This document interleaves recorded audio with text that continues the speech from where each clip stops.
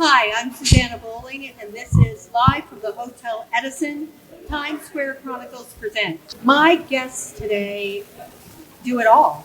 They do film, they do TV, they do theater, they write, they direct. They sing, they dance. Do you? Yes. Oh. Not on Broadway. Or off Broadway. We have Jayne Atkinson, who is in 24. She was Tony nominated for The Rainmaker and Enchanting April. I saw her do a phenomenal production of Blythe's Spirit with Angela Lansbury. You can see her in House of Cards, Criminal Intent. You can see her all over the TV. Okay. Criminal Minds and Death and Other Details. Oh, and Madam Secretary, which I did with Tim. We also have Tim Daly, who was in the show Wings. I was totally hooked on that show. He was also on The Sopranos and Private Practice. He starred on Broadway with Annette Bening and Coastal Disturbances. We also have Adrienne Campbell-Holt, who runs a theater company, and we're going to hear about this all because they're all doing a new play called Still. Jayne, of all the mediums that you work in, which one gives you the most satisfaction? Theater. Of all the roles that you've played, which one has been the one that's most dear to your heart? Well, a play I did with my husband up in the Berkshires.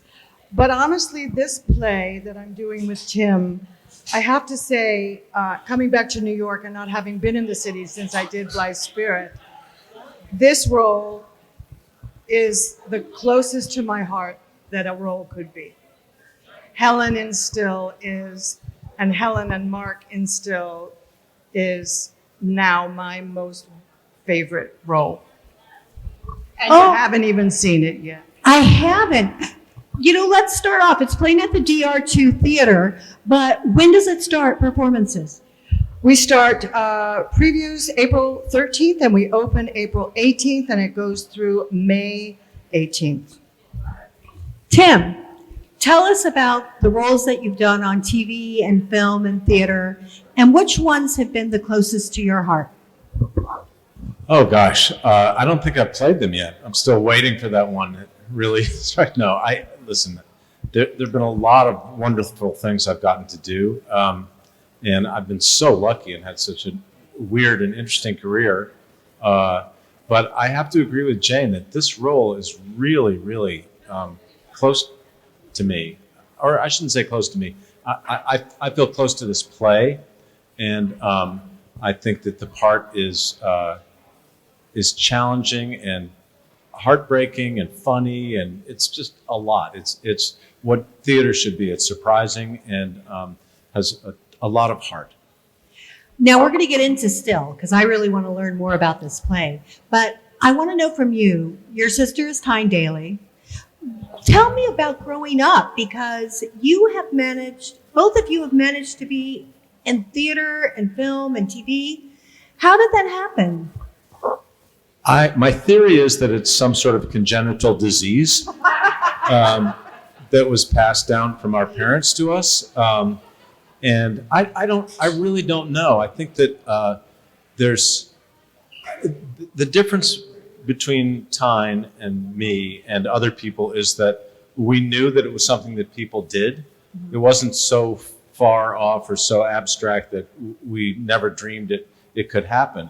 But Tyne was different for me because she knew she wanted to be an actor from the time she was a tiny girl. Really? And in her entire life, it was all she thought about. I was not that way. I loved acting. I loved make-believe. I loved everything about it. And I had no idea whether or not I had the personality to be able to withstand the rejection and the uncertainty and all that stuff. And because it's not a profession that really psychologically healthy people should do. I mean, it's like you go out and you do something and someone punches you in the face and you say, thank you very much. And you go and you do it again. You get punched in the face and again. And you get punched in the face 1,000 times before you get to do something that you want to do. And for most people, that is not an appropriate way to conduct their lives. But in other words, I think some of us don't have a choice. It's like well, in that's brain. the thing. Whenever a young actor, a young person says, "I'm thinking about being an actor," I say, "Don't do it unless you have to. If you have to do it, then you'll do it. If you don't have to, think about doing something else, because there's a lot of heartbreak, there's a lot of disappointment, there's a lot of betrayal and skullduggery. There's a lot of things that are totally beyond your control, like strikes and pandemics and stuff. Critics, and other actors who may not live up to your expectations of them. I am not talking about Jayne Atkinson, who's freaking brilliant. Oh my Now, God! I want to know, this picture is of you 30 years ago. Yep. How did this picture get taken? It didn't. It's called Photoshop. It's Photoshop. It's a deep fake. It's a deep fake. But it looks good, doesn't it? Well, because I know that both. It is odd. It's not a deep fake because it is truly Tim and Jayne. They just weren't in the same place at the same time 30 years ago, but through theatrical magic, It's a string theory photograph, like it's an alternate universe. Yes. And they really are friends, so it could have happened. It just The person in the picture that was with me actually looked like you a little bit. Really? Yeah. I didn't remember what picture it was from, but then I went and looked, and they look alike a little bit. Now, I know you both did Madam Secretary together. Was that the first time that you had worked together? Yes. Yeah. Yeah. I mean, I'd seen him on Wings and all the other things, and like everyone else, thought he was really cute. And but I met him and Taya at the same time, and of course, fell in love with them both. We're actual friends, Yeah, like we're in real friends. life. Yeah. Like Jane and Michael came and stayed at our house, and we hung out together before any of this came about. My husband's an actor too, Michael Gill. A great actor, Yeah, by the way. wonderful actor. Now, how did you both get started? My parents were actors, and they did community theater. And my parents would ask me to run lines with them, and I was a dresser for my mother. And so I would watch them, and I think I just decided that's what I wanted to do too. And I was in high school, and I did my first play in high school. And I guess I just had it in me because I was like a little duckling to water. And my parents really believed in me and supported me every step of the way. And I think that really made a difference to me. I couldn't have done anything else. I tried. Now, I have to ask this question. Have you ever wanted to do a gender-bending version of The Dresser? That is the most random question I've ever heard. I just have to say, wow. Because she said she was a dresser for her mother, so I never thought about it that way, but sure, why not? Yeah, no, I never thought about that, but it was, I learned every aspect of the theater, so I could be someone's dresser. I'm a mother, so I could do anything. I just thought that would be really a great thing. It just came, when you said that, all I saw in my head was that. I know, my brain goes in different places. Okay, Tim, how did you get started? I don't know. What I do know is that I had this rare experience as a young kid of, my family never took vacation. Like, I literally never took a vacation until I was well into my 30s, I think. I didn't know what it was. I knew that sometimes in the summer, you went with your dad to a summer stock theater and you hung out in Bucks County, Pennsylvania, or Atlanta, or Algonquin, Maine, or something like that. But back in those days, before everybody sued everybody for everything, a kid in the theater, it was absolute magic because I would go to with my dad to rehearsal, and I would climb up in the fly loft and hang out in the grid and look down and hide behind the curtains during performances also. And I loved the idea that you were pulling off this great trick on the audience, that they were so involved that they didn't realize that it was all an illusion. And also, the other thing I loved about summer stock was young female apprentices. Honest, I had to be honest, because I was 7 years old and I thought I was cute, and they would put me in their lap, and I would snuggle in their bosom and You be started happy. early. So part of it was that, but I found out in high school that it was something I had an aptitude for, and I loved make-believe, and I found that it was an incredible relief from being myself. There was a script. I knew it was going to happen. I had the lines. I didn't have to deal with all the exigencies of actual existence in the world, and that attracted me. But I got started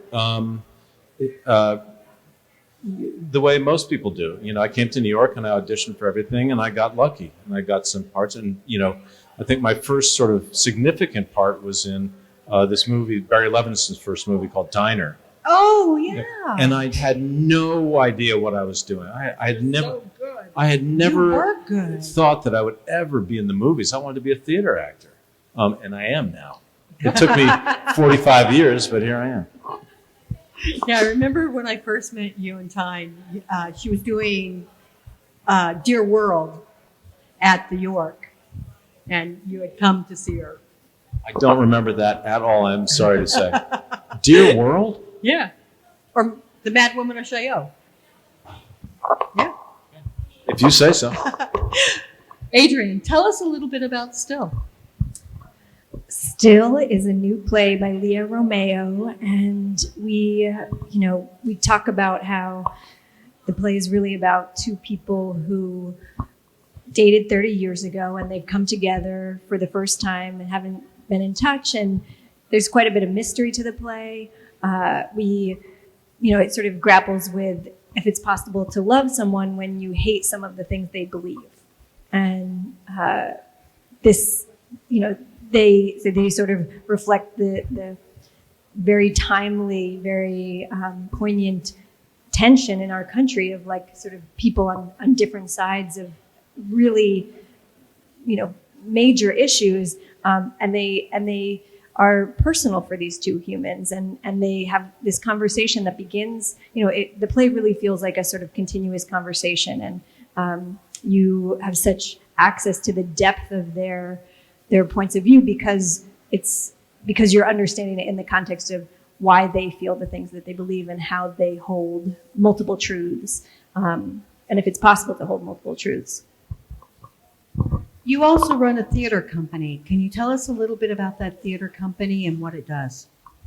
Absolutely. So Colt Core is a theater company I founded 14 years ago, and we do all new work. This is our 18th premiere, I believe, yes.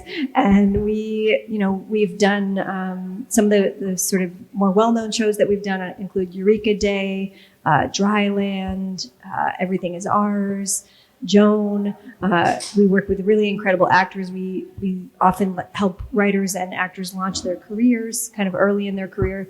And our mission is really to create work that pulls you close and doesn't let go. So work that is resonant and sort of socio-politically in part of the zeitgeist, but not hitting you over the head with issues. It's very much a human take on these very complex issues. And what I love is that we're always trying to center characters that have not been centered historically in the American theater. And we talked a lot about in this work, like it's shocking, but it's very rare to see two people in their 60s allowed to be sexy on stage. And I love that about this play. Sexy old farts. Tim, speak for yourself, Jim. Tim, tell us a little bit about your character and the things that you bring to it of yourself. Well, he looks exactly like me. Listen, he's an interesting guy because he's thoughtful and very sensitive and represents some things that I don't personally agree with, but he does it in a way that is thoughtful and respectful, and so I really like him, and I think that audiences will too, sometimes maybe despite what he stands for. But this play is so filled with surprises, and it's so revealing of the place we find ourselves in as a culture. And it's my great hope, and I think it will achieve this, and that is that when people leave this play, everyone will have seen a different play. And everyone will want to discuss what they saw and maybe argue about what it is they saw, and hopefully not conclude definitively what the play's about. I'm a firm believer, as Adrienne was saying, that it's possible to hold two almost opposing things in your mind at the exact same time. Both of them, like train tracks. Everything is going in the same direction, but they're not quite connected. And I think that there's a lot of that in this play. And I think there's a lot of that in this world. yes, and it's very funny and very accessible, but provocative and really thought-provoking. And do you like being thought of as a sexy 60s? Sure. I mean, I'm glad my accomplice thinks, if she thinks I'm sexy, then I'm okay. Jane, same questions. Okay. Helen is a writer. She's single. She came late into her career as a writer, but she's successful. And what I love about her is that she says things how she feels them. She's a little guarded when she first comes to see Mark. She's curious, what's he going to look like? Although I think she's seen a picture of him. And I think for me, I so connect with the desire to change, to what a relationship requires. And if you extrapolate those things, which is listening, forgiving, and being kind, and you extrapolate those qualities, not just from a relationship, a marriage, but to a country where we are right now and how we're so polarized, that I'm so enormously grateful for these topics to be delved into on such a microcosmically personal way, but reflecting what we need to think about. And the last ingredient is love. And so for me, that's like my true north. So this play just touches all of me in every way possible. And I hope it touches everyone else as well. And when we did this in Dorset, I had a 23-year-old and an 85-year-old, that age range, come to me and tell me that it touched them and they couldn't stop talking about it. I think that's what plays should be, where you're meant to leave the theater thinking. For me, this reminds me of The Goater, who is Sylvia. I talked about that play for years. I want to know from both of you, what role would you like to take on that you haven't had a chance to? And what haven't I asked you that you would like our audiences to know? You go, I don't know. Well, I honestly don't know what that role is, because I am more and more curious about new plays, about things that I haven't seen a lot. I mean, I could say Long Day's Journey into Night, which I'd love to do with my son Sam, who's a wonderful actor. But that's a play that's in the theatrical lexicon, and people have seen it and know what it is. I gravitate now more towards things that are unique, that are fresh, that are things we haven't seen. So I don't know what that role is, but I'm willing to try anything. So if there's any playwrights out there, just get going. If you can't name a role, what playwright would you like to work with? I mean, I will say the same thing. I'd like to work with a playwright who's not known. I mean, listen, I'd love to work with known playwrights, obviously, but I didn't know Lia Romeo, and here I read this play and I was bowled over by it. So discovering a play and that playwright is a fantastic experience for me, and I would like to experience that again. And what don't we know about you? What did you know about me? That you would like audiences to know about you? I have a superpower. I find four-leaf clovers all the time. I'm very, very lucky. I find them in the parking lot of the Starbucks. I find them at the Home Depot. I find them in my yard. I find them in, I can't stop finding four-leaf clovers. Okay, can I say that's the greatest thing I've ever heard? Jane, same question. I have a superpower. What is it? I have a parking angel. Okay, that's a great thing to have. And all I have to do, especially when I come to New York, is say, okay, people, find me a parking space. And I have always gotten a parking space as soon as I got to the city. I'm sticking with you. I can never. Can I just say that's a superpower that probably most New Yorkers that have a car want. That's right. That's why I said it. But I would say I'm with Tim on the rules because I think I'd love to play the President of the United States for longer than I did in Madam Secretary. Because I just would love to play that role. But I would do anything. I want Sarah Rule to write me a play. Ooh, nice. And I'd like Lia to write me another play. So Sarah Rule is, to me, Lia and Sarah are very similar. The way Sarah writes is like a poem. And I love the women that she writes. So that's I will say, I just want to say that the thing that I am dedicated to is the idea that it's the job and the responsibility of the actor to poke around in every last corner of the human experience, good, bad, and ugly. And I think that it's just as important to, show people humanity in its horror, in its depravity, in its glory, in its revelatory, beautiful, whatever. You get what I'm saying. I do. Landscape. Thank you. Landscape. And I get somewhat distressed by. No, I'm not. Never mind. That's it. And Adrienne, what would you like audiences to know about you? And what play hasn't been done that you'd like to do?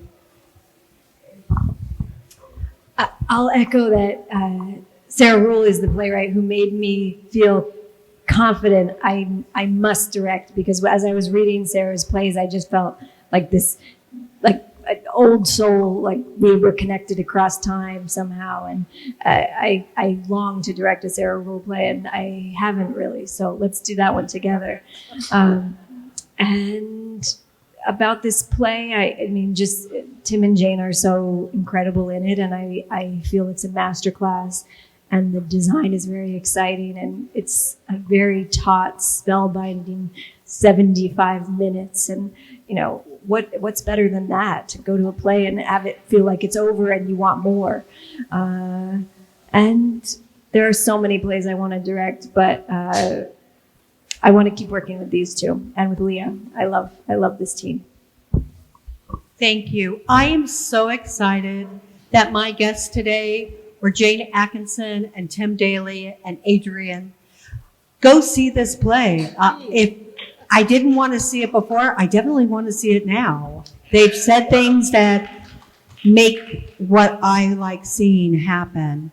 I would love to thank Magda Katz for videography and for always being there for me, for Romel Gopez and the Edison Hotel, who gives us this space, for Craig Horsley, who is my co-producer. This has been live from the Edison Hotel. Times Square Chronicles presents. Our guests next week are Austin Pendleton and a new actress, Peyton, that I'm looking forward to meeting. Thank you very much.